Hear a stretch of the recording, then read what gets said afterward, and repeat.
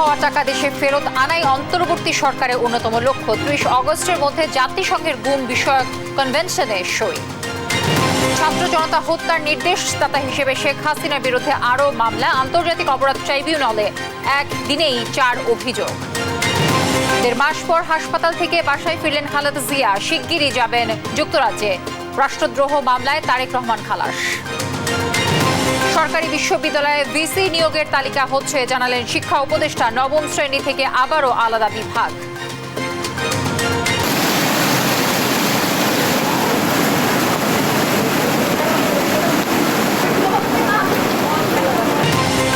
এবং উজানের ঢলে মৌলভীবাজার, কুমিল্লা, ফেনী, ভোলা সহ বিভিন্ন এলাকায় আকস্মিক বন্যা। জলাবদ্ধতায় ভোগান্তি চরমে। দর্শক, সংবাদ প্রতে শুনছিলেন একেএস টিএমটি বার সংবাদ শিরোনামগুলো। সঙ্গে রয়েছে আমি তানজিয়া জুথি।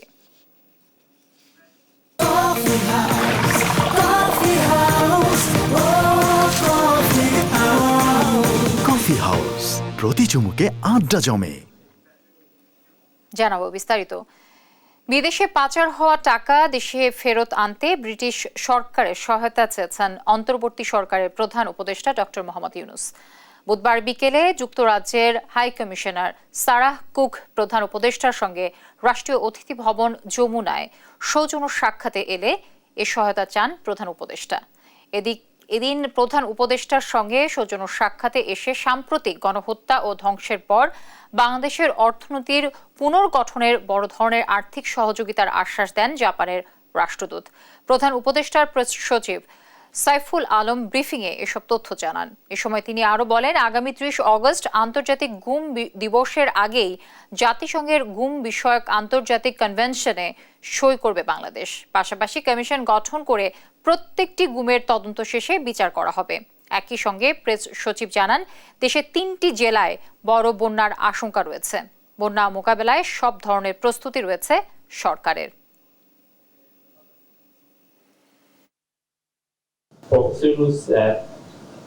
ব্রিটেনের অ্যাম্বাসেডর হাই কমিশনের কাছে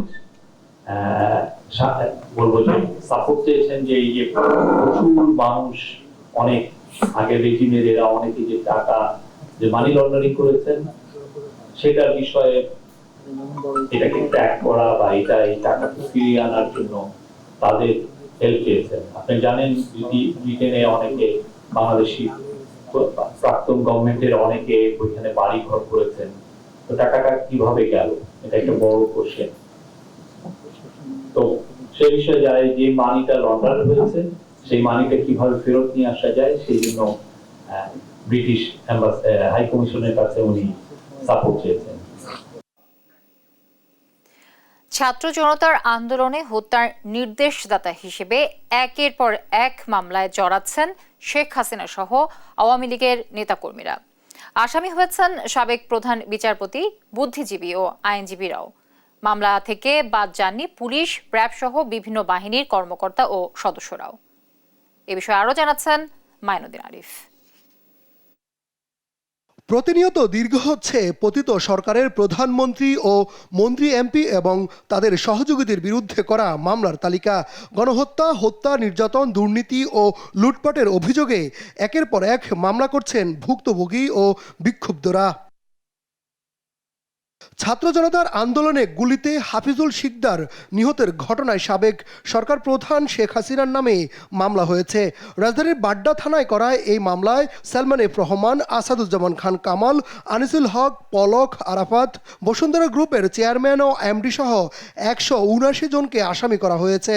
তেজগাঁও শিক্ষার্থী তৈদুল হত্যার অভিযোগে করা মামলার আসামি হয়েছেন শেখ হাসিনা, আইনজীবী নিঝুম মজুমদার, অধ্যাপক মুনতাসির মামুন সহ ৫০ জন। রাজধানীর মিরপুরে হেলিকপ্টার থেকে করা গুলিতে ফিরোজ তালুকদার হত্যায় শেখ হাসিনা, বিচারপতি খায়রুল হক সহ ৫ জনের নাম উল্লেখ সহ অজ্ঞাত আরও ২০০ জনকে আসামি করা হয়েছে। আমরা এজাহারে উল্লেখ করেছি, উনি যখন উনি কর্ম শেষ করে যখন ফিরছিলেন ঠিক তখনই মিরপুর 10-এ এই আজকের যে শেখ হাসিনা, যাকে আমরা এক নম্বর আসামি করেছি, ওবায়দুল কাদের, সেই তথাকথিত সাবেক সেতুমন্ত্রী, বাংলাদেশ আওয়ামী লীগের সম্পাদক, সাথে পাশাপাশি সংশ্লিষ্ট যাদেরকে নির্দেশ দিয়ে, যাদেরকে ব্যবহার করে যাদেরকে কুক্ষিগত করে এই হত্যাযজ্ঞ চালিয়েছেন ধারাবাহিক প্রক্রিয়ায় ডিবি হারুন সহ ডিএমপির কমিশনার সকলকেই এই মামলায় আমরা উল্লেখ করেছি। একই এলাকায় আকরাম খান রাব্বি নিহতের ঘটনায় শেখ হাসিনা সহ ৪৮ জনের নাম সহ অজ্ঞাত ২০০ জনের বিরুদ্ধে মামলা হয়। রাজধানীর বনশ্রীতে ফ্রিল্যান্সার রাসেল হত্যায় শেখ হাসিনা সহ ১৬ জনের নাম উল্লেখ করে অজ্ঞাত ১৫০ জনের বিরুদ্ধে মামলা করেছে ভুক্তভোগী পরিবার। বর্তমানে আমাদের একটাই চাওয়া, শহীদ রাসেলকে তো আমরা পাবো না, শহীদ রাসেলের ন্যায্য ন্যায় বিচারটা যেন আমরা পাই। আমরা শেখ হাসিনা, ওবায়দুল কাদের, আসাদুজ্জামান কামাল, জুনায়েদ হোসেন পলক, হারুনুর রশিদ সহ টোটাল ২৮ জনের নাম উল্লেখ করে আর অজ্ঞাতনামা ২০০ জনকে আসামি করে মামলা করেছি। গেল ২০ জুলাই যাত্রাবাড়ির কাজলা এলাকায় গুলিতে নিহত হয় আদমজী সরকারি কলেজের শিক্ষার্থী ইমাম হোসেন ভুইয়া। এ অভিযোগে করা মামলায় আসামি করা হয় যাত্রাবাড়ি থানার ওসি জাকির হোসেন, ওয়ারি জোনের ডিসি ইকবাল হোসেন সহ কয়েকজনকে। আদালতে করা মামলাগুলো এজাহারভুক্ত করে তদন্ত করতে সংশ্লিষ্ট থানাকে নির্দেশ দিয়েছেন আদালত। মাইনুদ্দিন আরিফ, দেশ টিভি, ঢাকা। এদিকে কোটা আন্দোলনে গণহত্যার দায়ে দেশের বিভিন্ন জেলায় একের পর এক হচ্ছে হত্যা মামলা, যেখানে আসামি করা হয় সাবেক প্রধানমন্ত্রী শেখ হাসিনা, ওবায়দুল কাদের সহ সাবেক মন্ত্রী, প্রতিমন্ত্রী, সংসদ সদস্য সহ আওয়ামী লীগের নেতাকর্মীদের। সেই সঙ্গে বিভিন্ন সময় গুম, খুন ও হামলার ঘটনায়ও হয় মামলা। বুধবার গাজীপুর, নারায়ণগঞ্জ ও সিলেট সহ দেশের বিভিন্ন জেলায় হয়েছে এমন ৮টি মামলা। সহকর্মীদের তথ্যচিত্রে টুম্পা আফরোজের ডেস্ক রিপোর্ট। ছাত্র আন্দোলনের সময় হওয়া সব হত্যাকাণ্ডের বিচারের দাবিতে দেশের বিভিন্ন জেলায় একে একে মামলা করছে নিহতের পরিবার। এতে শেখ হাসিনা, ওবায়দুল কাদের সহ সাবেক মন্ত্রী, প্রতিমন্ত্রী, সংসদ সদস্য সহ অনেক আওয়ামী লীগের নেতাকর্মী রয়েছেন। আন্দোলনে নারায়ণগঞ্জের শিক্ষার্থী রোমান মিয়ার মৃত্যুর ঘটনায়ও এদিন শেখ হাসিনা, ওবায়দুল কাদের, গোলাম দস্তগীর গাজী সহ ৪৫ জনের নাম উল্লেখ ও ৬০ জনকে অজ্ঞাতনামা আসামি করে রূপগঞ্জ থানায় মামলা করে নিহতের মা রিনা বেগম। সেই সঙ্গে সিদ্ধিরগঞ্জে কেয়ারটেকার মনির হোসেনের মৃত্যুর ঘটনায় শামীম ওসমানকে প্রধান আসামি করে ১২৩ জনের বিরুদ্ধে মামলা দিয়েছে নিহতের ছোট ভাই সাখাওয়াত হোসেন। এদিকে জেলার সাইনবোর্ড এলাকায় মৃত্যুবরণকারী আবুল হোসেন মিজির মৃত্যুতে শেখ হাসিনা, শামীম ওসমান সহ ৮০ জনের নামে ফতুল্লা থানায় মামলা দায়ের করা হয়। ছাত্র আন্দোলনে গাজীপুরে নূর আলমের মৃত্যুতে শেখ হাসিনা, ওবায়দুল কাদের, আসাদুজ্জামান খান কামাল সহ ৬ জনকে নির্দেশদাতা ও মহানগর আওয়ামী লীগের সভাপতি অ্যাডভোকেট আজমত উল্লাহ খান ও গাসিকের সাবেক ভারপ্রাপ্ত মেয়র আসাদুর রহমানের বিরুদ্ধে বুধবার হত্যা মামলা করেন নূর আলমের বাবা আমির আলী। খুলনায় ২০২২ সালে বিএনপির কার্যালয় ভাঙচুরের অভিযোগে খালিশপুর থানায় সাবেক কেসিসি মেয়র তালুকদার আব্দুল খালেক, সাবেক শ্রম ও কর্মসংস্থান প্রতিমন্ত্রী বেগম মন্নুজান সুফিয়ান ও ৭৫ নেতাসহ অজ্ঞাতনামা ৫০ থেকে ৬০ জনকে আসামি করে বুধবার মামলা করেন বিএনপি নেতা ইলিয়াস। এদিকে রাজশাহীতে বিএনপি নেতা মিজানুর রহমান মিনুর বাড়িতে হামলার ঘটনার ৫ বছর পর আলাদা দুটি মামলা হয়েছে। এতে আসামি করা হয় সাবেক city mayor AHM Khairuzzaman Liton সহ ৮২ আওয়ামী লীগ নেতাকে। আন্দোলনে গুলি করে হত্যার দায়ে এদিন সিলেটেও হাসিনা সহ বেশ কয়েকজনের নামে আলাদা একটি হত্যা মামলা হয়েছে। টুম্পা আফরোজ, নিউজ ডেস্ক, দেশ টিভি। গণহত্যা ও মানবতা বিরোধী অপরাধে আন্তর্জাতিক অপরাধ ট্রাইব্যুনালে সাবেক প্রধানমন্ত্রী শেখ হাসিনা সহ তার সাবেক মন্ত্রিসভার সদস্যদের নামে একদিনেই দায়ের হলো ৪ অভিযোগ। এনে ট্রাইব্যুনালটিতে তাদের বিরুদ্ধে জমা পড়ল ৭টি অভিযোগ। এসব অভিযোগের তদন্ত দ্রুত করা হবে বলে জানায় তদন্ত কর্মকর্তারা। বিস্তারিত সাবরিনা মজুমদারের রিপোর্টে। যে আন্তর্জাতিক অপরাধ ট্রাইব্যুনাল আওয়ামী লীগ সরকারের গঠন করা, ঠিক সেই ট্রাইব্যুনালের কাঠগড়াতেই দাঁড়াতে যাচ্ছেন আওয়ামী লীগ সভাপতি ও সাবেক প্রধানমন্ত্রী শেখ হাসিনা ও তার সাবেক মন্ত্রিসভার সদস্যরা। বুধবার আন্তর্জাতিক অপরাধ ট্রাইব্যুনালে চট্টগ্রামে বৈষম্য বিরোধী ছাত্র আন্দোলনে ফয়সাল আহমেদ নিহতের ঘটনায় শেখ হাসিনা সহ ৭৭ জনকে অভিযুক্ত করা হয়েছে। আজকে আরও একটি অভিযোগ দায়ের করেছি। এটি চট্টগ্রামে এই জুলাই গণহত্যা নিয়ে চট্টগ্রামে যে ম্যাসাকারটা হয়েছে সেই ঘটনাকে কেন্দ্র করে মামলাটি দায়ের করেছেন চট্টগ্রামের শিক্ষার্থী শহীদ ফয়সাল আহমেদ শান্তর পিতা মোহাম্মদ জাকির হোসেন। এখানে ৭৭ জনকে আসামি করা হয়েছে। তার মধ্যে প্রধান আসামি সাবেক প্রধানমন্ত্রী শেখ হাসিনা, সাবেক সেতুমন্ত্রী ওবায়দুল কাদের, সাবেক স্বরাষ্ট্রমন্ত্রী কামাল সহ চট্টগ্রামের যারা আছেন তার মধ্যে সাবেক মন্ত্রী মহিবুল ইসলাম চৌধুরী নফেল, সাবেক মন্ত্রী হাসান মাহমুদ এবং ছাত্রলীগের সভাপতি এবং সেক্রেটারি সাদ্দাম হোসেন এবং আসিফ ইনান। এখানেই শেষ নয়, একই দিনে মিরপুরে জুলাইয়ের আন্দোলনে মানবতা বিরোধী ও গণহত্যার অপরাধে আরও 2টি অভিযোগ করা হয়। একটিতে শেখ হাসিনা সহ 70 জনের বিরুদ্ধে ও আরেকটিতে শেখ হাসিনা সহ 73 জনের বিরুদ্ধে। এই 2টিতে নিহত আসিফ ইকবালের বাবা MA রাজ্জাক ও নিহত শেখ শাহরিয়ার বিন মতিনের বাবা আব্দুল মতিন পৃথকভাবে আবেদন করেন। সেই সঙ্গে ময়মনসিংহেও গণহত্যায় শেখ হাসিনা সহ 500 জনের বিরুদ্ধে ট্রাইব্যুনালে আরও একটি অভিযোগ দায়ের করা হয়। আন্দোলনরত ছাত্র জনতার উপর রাষ্ট্রীয় মদদে যে গণহত্যা এবং মানবতা বিরোধী অপরাধ সংগঠন হয়, তার প্রেক্ষিতে আজকে আমরা 2টা মামলা ফাইল করি। 2জন 18 তারিখ এবং 19 তারিখের ঘটনায় আলাদা আলাদা 2জন ব্যক্তি মারা যায় এবং ওই 2জন ব্যক্তির পক্ষে তাদের বাবা আজকে আন্তর্জাতিক অপরাধ ট্রাইব্যুনালের তদন্ত সংস্থা বরাবর 2টি অভিযোগ দাখিল করেন। এবং এই 2টি অভিযোগে আমরা তৎকালীন প্রধানমন্ত্রী শেখ হাসিনা সহ 70 জন এবং অপরটিতে 73 জন আমরা আসামি করি। এসব আবেদনে অভিযুক্ত করা হয় শেখ হাসিনা ছাড়াও আওয়ামী লীগের সাধারণ সম্পাদক ওবায়দুল কাদের, সাবেক স্বরাষ্ট্রমন্ত্রী আসাদুজ্জামান খান কামাল, সাবেক শিক্ষামন্ত্রী নফেল, জুনায়েদ আহমেদ পলক, ছাত্রলীগ সভাপতি সাদ্দাম হোসেন ও সাধারণ সম্পাদক এনান, রাশেদ খান মেনন, হাসানুল হক ইনু সহ আরও অনেকে।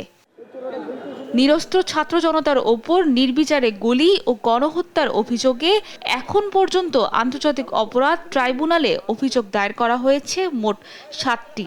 তদন্ত কার্যক্রম দ্রুত গতিতে চলছে বলে জানান তদন্ত কর্মকর্তা। সাবরিনা মজুমদার, দেশ টিভি, ঢাকা। প্রায় 1.5 মাস হাসপাতালে চিকিৎসাধীন থাকার পর সন্ধ্যায় গুলশানের বাসায় ফিরলেন বিএনপির চেয়ারপারসন খালেদা জিয়া। উন্নত চিকিৎসার জন্য শিগগিরই যাবেন যুক্তরাজ্যে। রাত 8:30টার দিকে গুলশানের বাসায় পৌঁছান তিনি। এ সময় নেতাকর্মীরা বাড়ির সামনে ভিড় করেন। গত 8 জুলাই ভোর 4:15টার দিকে হাসপাতালে নেওয়া হয় বেগম জিয়াকে। পরে ওই দিনই তাকে সেখানে ভর্তি করা হয়। 79 বছর বয়সী খালেদা জিয়া আর্থ্রাইটিস, হৃদরোগ, ফুসফুস, লিভার, ডায়াবেটিস, কিডনি সহ বিভিন্ন রোগে দীর্ঘদিন ধরে ভুগছেন। 23 জুন তার সফল অস্ত্রোপচার হয়। শেখ হাসিনা সরকারের পতনের পর 6 আগস্ট রাষ্ট্রপতি মোহাম্মদ শাহাবুদ্দিনের নির্দেশে মুক্তি পান খালেদা জিয়া। বিএনপির সূত্র জানিয়েছে, উন্নত চিকিৎসার জন্য খালেদা জিয়াকে যুক্তরাজ্যে পাঠানোর প্রক্রিয়া চলছে। লম্বা যাত্রার জন্য তার শরীর উপযোগী হয়ে উঠলে তাকে যুক্তরাজ্যে নেওয়া হবে।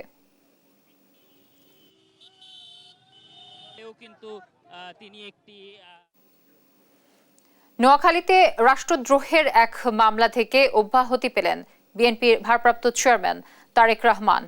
মঙ্গলবার নোয়াখালী অতিরিক্ত জেলা ও দায়রা জজ 1 নং আদালতের বিচারক নোমান মহিউদ্দিন এ রায় দেন। জেলা জজ আদালতের ভারপ্রাপ্ত পিপি দেবব্রত চক্রবর্তী বিষয়টি নিশ্চিত করেছেন। তিনি জানান, মঙ্গলবার আদালতে হাজির হয়ে মামলা চালাতে অপারগতা প্রকাশ করেন 4 জন সাক্ষী ও মামলার বাদী। পরে বিচারক মামলাটি খারিজ করে তারেক রহমানকে অব্যাহতি দেন।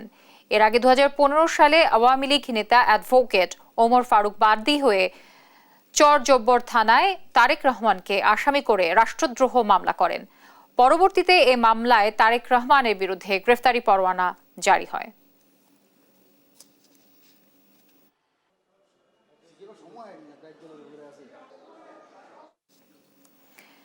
বিজয়কে সুসংহত করতে না পারলে নব্য ফ্যাসিবাদ এসে হাজির হবে বলে মন্তব্য করেছেন বিএনপি মহাসচিব মির্জা ফখরুল ইসলাম আলমগীর। দেশজুড়ে সন্ত্রাস নৈরাজ্য প্রতিহত করতে দলের নেতাকর্মীদেরও কঠোর নির্দেশনাও দিয়েছেন তিনি।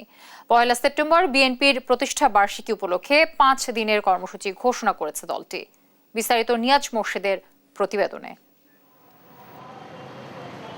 1 সেপ্টেম্বর দলের প্রতিষ্ঠাবার্ষিকীর প্রস্তুতি নিয়ে বুধবার বিকেলে নয়াপল্টনে দলের কেন্দ্রীয় কার্যালয়ে যৌথ সভা করে বিএনপি।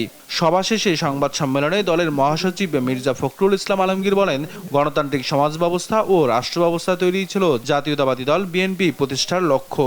গণতান্ত্রিক সমাজ ব্যবস্থা, গণতান্ত্রিক রাষ্ট্র ব্যবস্থা প্রতিষ্ঠা করা। দলের প্রতিষ্ঠাবার্ষিকী উপলক্ষে মির্জা ফখরুল তুলে ধরেন 5 দিনের কর্মসূচি। 31 আগস্ট হচ্ছে আপনার জেলা উপজেলা পর্যায়ে আলোচনা সভা, এই তো? জি জি। আচ্ছা, 1 তারিখ হচ্ছে শহীদ রাষ্ট্রপতি জিয়া রহমানের মাজারে ফতেহা পাঠ ও শ্রদ্ধার্ঘ্য নিবেদন। 2 সেপ্টেম্বর হচ্ছে র্যালি, এটা আপনার জেলা উপজেলা মহানগর পর্যায়ে। দেশের গণতন্ত্রকে প্রাতিষ্ঠানিক রূপ দিতে বিএনপি সবচেয়ে বড় ভূমিকা রেখেছে বলে দাবি করেন দলটির মহাসচিব। বাংলাদেশ জাতীয় দলের যে অবদান গণতন্ত্রের জন্য, গণতন্ত্র প্রতিষ্ঠার জন্য, এই কথাটা সবসময় আমি স্মরণ করিয়ে দিতে চাই। গণতন্ত্রকে প্রাতিষ্ঠানিক রূপ দিতে, একটা প্রতিষ্ঠান হিসেবে পরিণত করতে কিন্তু এই বিএনপি সবচেয়ে বড় ভূমিকা পালন করেছে বরাবর। ছাত্র জনতার আন্দোলনে স্বৈরাচারী সরকার পালিয়ে গেল, সবাইকে সজাগ থাকার আহ্বান জানান তিনি। বলেন, কোনো ধরনের সন্ত্রাস নৈরাজ্য সহ্য করবে না বিএনপি। সর্বক্ষেত্রে যে আইন শৃঙ্খলা যারা ভঙ্গ করবে তাদেরকে প্রতিহত করতে হবে এবং তাদেরকে আমাদের এখন যে আইন শৃঙ্খলা রক্ষাকারী বাহিনী আছে তাদের হাতে তুলে দিতে হবে। এ ব্যাপারে আমাদের খুব স্পষ্ট সিদ্ধান্ত হয়েছে যে আমরা কোনো রকম কোনো বিশৃঙ্খলা সন্ত্রাসকে আমরা সহ্য করব না। গণতন্ত্রের জন্য দলের অবদান সবাইকে স্মরণ করে দেওয়ার তাগিদ দেন বিএনপি মহাসচিব। 198 জন আমাদের বিএনপি ছাত্র দল, আমাদের স্বেচ্ছাসেবক দল, যুব দলের প্রাণ দিয়েছে। নিয়াজ মোর্শেদ, দেশ টিভি, ঢাকা। পরিস্থিতি বিবেচনায় স্থগিত থাকা এইচএসসি ও সমমানের পরীক্ষা বাতিলের সিদ্ধান্ত নিতে হয়েছে বলে জানিয়েছেন শিক্ষা উপদেষ্টা ওয়াহিদ উদ্দিন মাহমুদ। খুব দ্রুত সময়ের মধ্যে পাবলিক বিশ্ববিদ্যালয়ের ভিসি নিয়োগের তালিকা হচ্ছে বলেও জানান তিনি। বিকেলে এক সংবাদ সম্মেলনে এসব জানান শিক্ষা উপদেষ্টা। 9ম শ্রেণী থেকে আবারও আলাদা বিভাগ থাকার সিদ্ধান্ত জানান তিনি। বাকিটা জানাচ্ছেন তৌফিক মাহমুদ মুন্না। এইচএসসি অবশিষ্ট পরীক্ষাগুলো বাতিলের দাবিতে মঙ্গলবার সচিবালয়ে বিক্ষোভ করে শিক্ষার্থীরা। সাবজেক্ট ম্যাপিং এর মাধ্যমে ফলাফলের দাবি জানায় তারা। পরে শিক্ষা সচিবের দপ্তরের সামনে বিক্ষোভ করেন এইচএসসি পরীক্ষার্থীরা। বিকেলে পরীক্ষা বাতিল ঘোষণা করে ঢাকা বোর্ড চেয়ারম্যান। উদ্ভূত পরিস্থিতি নিয়ে বুধবার সংবাদ সম্মেলনে আসেন শিক্ষা উপদেষ্টা ওয়াহিদ উদ্দিন মাহমুদ। পরীক্ষা বাতিলের সিদ্ধান্ত অনভিপ্রেত উল্লেখ করে এইচএসসি ফলাফল নির্ধারণ পদ্ধতি আন্তঃবোর্ড ঠিক করবে বলে জানান তিনি। গতকাল একটা অনভিপ্রেত পরিস্থিতি আমি বলবো, তার মধ্যে আমাদের এ ব্যাপারে দায়িত্বপ্রাপ্ত যে কর্মকর্তা সেটা হলেন ঢাকা শিক্ষা বোর্ডের চেয়ারম্যান মহোদয়। তিনি সব বোর্ডেরই সমন্বয় করেন, তারই এটা বলার কথা। তিনি এই বাকি পরীক্ষাগুলো বাতিল করার সিদ্ধান্ত দিয়েছেন। আমি নিজে মনে করি যে এই বিষয়ে আরও অনেক চিন্তাভাবনার অবকাশ ছিল এবং সেটা হলে অনেক ভালো হতো। বই ছাপাতে এবার কোনো ধরনের দুর্নীতি হবে না সাফ জানান শিক্ষা উপদেষ্টা। এটা টেন্ডার হয়নি, আগেরগুলো হয়েছে, বন্ধ করে দিয়েছি সব। যেখানে যা আছে সব বন্ধ, যতদূর পারি চেষ্টা করব। ব্রিফিংয়ে বর্তমানে 45টি পাবলিক বিশ্ববিদ্যালয়ের অভিভাবক নিয়ে জানিয়ে গ্রহণযোগ্য ব্যক্তিদের ভিসি নিয়োগের প্রক্রিয়া শুরু কথা জানান উপদেষ্টা। এ সময় শিক্ষা উপদেষ্টা শিক্ষা প্রতিষ্ঠানে কাউকে জোর করে সরিয়ে দেওয়া যাবে না বলেও উল্লেখ করেন। অনিয়ম হলে ব্যবস্থা নেওয়ার আশ্বাস দেন তিনি। বিভিন্ন বিশ্ববিদ্যালয়ে যেসব শিক্ষককে বিশ্বাসযোগ্য মনে করি তাদের কাছ থেকে যতদূর পারি তথ্য সংগ্রহ করে দেখছি কে শিক্ষাগত যোগ্যতার দিক থেকে, প্রশাসনিক দিক থেকে, ব্যক্তিত্বের দিক থেকে এবং সকলের কাছে, কিন্তু বিশেষ করে ছাত্রদের কাছে গ্রহণযোগ্য, এরকম শিক্ষকদের যতদূর পারি তালিকা তৈরি করে যাচ্ছি। তৌফিক মাহমুদ মুন্না, দেশ টিভি, ঢাকা। ভারী বৃষ্টি ও পাহাড়ি ঢলে আকস্মিক বন্যায় দেশের কয়েকটি জেলায় পানিবন্দী লাখো মানুষ। কোথাও হাঁটু পানি, আবার কোথাও বা কোমর পানি। বসতবাড়ি, রাস্তাঘাট, ফসলি জমি, পুকুরের মাছ সবই ভেসে যাচ্ছে বন্যার পানিতে। গবাদি পশু নিয়ে অনেকে আশ্রয় নিয়েছেন উঁচু স্থানে। বৃষ্টিপাত অব্যাহত থাকলে বন্যা পরিস্থিতির আরও অবনতি হওয়ার আশঙ্কা করছে বন্যা সতর্কীকরণ কেন্দ্র। সহকর্মীদের পাঠানো তথ্য ও চিত্রে সালমা জাহানের ডেস্ক রিপোর্ট। ভারী বৃষ্টি ও উজানের ঢলে দেশের বেশ কয়েকটি জেলায় আকস্মিক বন্যা, বাড়িঘরে হাঁটু পানি, ভোগান্তি চরমে। উজানের ঢলে ফেনীর মহুরী, কহুয়া ও সিলোনিয়া নদীর বন্যা নিয়ন্ত্রণ বাঁধের 17টি স্থানে ভাঙন দেখা দেয়। এতে হু হু করে পানি ঢুকছে লোকালয়ে। মির্জানগর, বক্স মাহমুদ, আনন্দপুর, মহামায়া, পাঠাননগর সহ 12 ইউনিয়নের প্রায় 150টি গ্রাম প্লাবিত। পানিবন্দী অন্তত 40,000 মানুষ। ভেসে গেছে পুকুরের মাছ, আবাদি জমির ফসল, পানিতে নিমজ্জিত উঠান, ঘরবাড়ি। হঠাৎ চরম দুর্ভোগে পড়েছেন স্থানীয়রা। সবগুলো গেছে মনে করেন, ঘর দুয়ার, বাড়ি ঘর দুয়ার, রাস্তাঘাট, ফসলি জমিন, পুকুরের মাছ, গরু গোতান বন্যার কারণে আর সলিয়া সব পানির তলে চলে গেছে। টানা বর্ষণে খাগড়াছড়িতে ফের নিম্নাঞ্চল প্লাবিত। পানিতে নিমজ্জিত জেলা সদর, পানছড়ি ও দীঘিনালার বিস্তীর্ণ এলাকা। একমাত্র সড়ক সংযোগ সেতু ভেঙে মহালছড়ি উপজেলার সাথে মুবাছড়ি ইউনিয়নের সড়ক যোগাযোগ বিচ্ছিন্ন হয়ে পড়ে। যানবাহনের পরিবর্তে রাস্তায় চলছে নৌকা। গবাদি পশু নিয়ে আশ্রয় নিয়েছেন রাস্তার পাশে উঁচু এলাকায়। খাগড়াছড়ি পৌর এলাকায় খোলা হয়েছে 18টি আশ্রয় কেন্দ্র। পরিস্থিতি খুব ভয়াবহ। আর আমরা সকাল দিকে পানি বাইতে আছে, এখনো বাড়িবার সম্ভাবনা বেশি। পাহাড়ি ঢলে প্রচুর পানি হয়েছে, এখন আমাদের বাসায় গলা পরিমাণ পানি, বাসায় অনেক জায়গায় জিনিস নষ্ট হয়ে গেছে। সাগরে লঘুচাপের প্রভাব ও অতিবৃষ্টির ঢলে মৌলভীবাজারে পানি বেড়েছে। দুপুর নাগাদ মনু নদীর পানি রেলওয়ে ব্রিজ পয়েন্টের বিপদসীমার 95 সেন্টিমিটার, চাঁদনীঘাট পয়েন্টে 65 সেন্টিমিটার ও ধলাই নদীর রেলওয়ে ব্রিজ পয়েন্টে 46 সেন্টিমিটার উপর দিয়ে প্রবাহিত হয়। ক্রমশমান পানি সড়কে, চরম ভোগান্তিতে বানভাসীরা। আমরা মালামাল যা আছে সব পানি নিয়ে গেছে। আমরা ঘর দুয়ার ডুবাই লিছে, বাচ্চা কাচ্চা লিয়ে রান্তা মারানা খাইতাম মারানা, চুলা উলা ডুবাইল। আমরা অসহ হয়ে গেছি, আবার রাস্তা তাইছি, এখন করছি আমরা এখন। উজানের ঢলে ভোলার মেঘনার পানি বিপদসীমার উপর দিয়ে প্রবাহিত হচ্ছে। এতে প্লাবিত হয়েছে নিম্নাঞ্চলের অন্তত 15টি গ্রাম। পানিবন্দী হয়ে পড়েন কয়েক হাজার মানুষ। চুলা জ্বালাতে না পারায় অনাহারে অর্ধাহারে দিন কাটছে অনেকের। বাড়ি করতে বাড়িটা জোয়ারে সব তলে রয়েছে। টানা বৃষ্টিতে পানিতে তলিয়েছে নোয়াখালীর 9 উপজেলা। পানি উঠেছে বাড়িঘরেও। এতে পানিবন্দী হয়েছেন কয়েক লাখ মানুষ। চরম দুর্ভোগে পড়েছেন দুর্গতরা। খুবই অসুবিধা হইতেছে, দোকানপাট খোলা যাচ্ছে না, শিক্ষা প্রতিষ্ঠানগুলি বন্ধ। বৃষ্টি থাকলে বন্যা পরিস্থিতির আরও অবনতির সংখ্যা বন্যা সতর্কীকরণ কেন্দ্রের। সালমা জাহান, নিউজ ডেস্ক, দেশ টিভি।